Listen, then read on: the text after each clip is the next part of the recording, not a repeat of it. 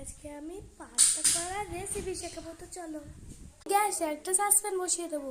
এবার তার মধ্যে পরিমাণ মতো আমি জল দিয়ে নেব, দিয়ে দেবো। এটাকে 10 মিনিটের জন্য সিদ্ধ হওয়ার জন্য ঢাকনা মুড়ি দিয়ে রেখে দেবো। 10 মিনিট বাদে এটা সিদ্ধ হয়ে গেলে খুলে নেব। হয়ে গেছে, এবার আমি ঢাকনাটাকে তুলে নেব। দেখছো আমার কিন্তু পাস্তাটা একদম সেদ্ধ হয়ে গেছে। এবার সেদ্ধ হওয়া জলগুলো আমি ফেলে নেব। যে আমি একটা ঝুড়িতে জলগুলোকে ফেলে দিয়ে পাস্তাগুলোকে আলাদা করে নিলাম। পেঁয়াজ টমেটো কেটে রেখেছি।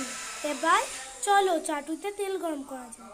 সামান্য পরিমাণ তেল ঢেলে দেবো।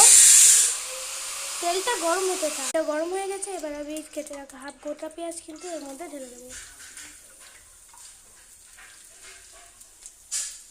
নাড়াচাড়া করে নেবো। হালকা লাল লাল হয়ে গেছে, এর মধ্যে আমি 3টে টমেটো ঢেলে দিলাম।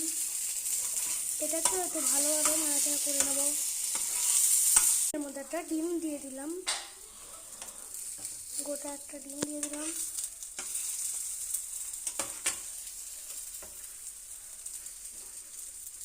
ডিমের মতো করে নেব যাতে পাস্তার সঙ্গে ভালোভাবে মিক্স হয়।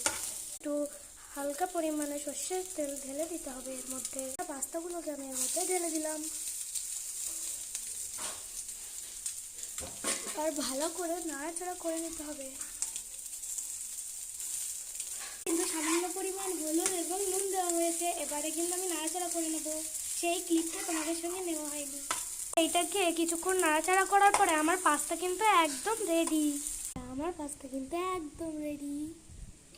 এই দেখো কত সুন্দরভাবে আমার পাস্তা রেডি।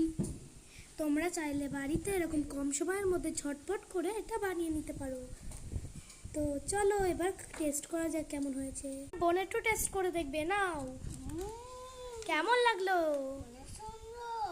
চলো, আমার বোনের তো খুব ভালোই লেগেছে, আমিও একটু খেয়ে দেখি। দারুণ! তোমরাও চাইলে বাড়িতে এটা ট্রাই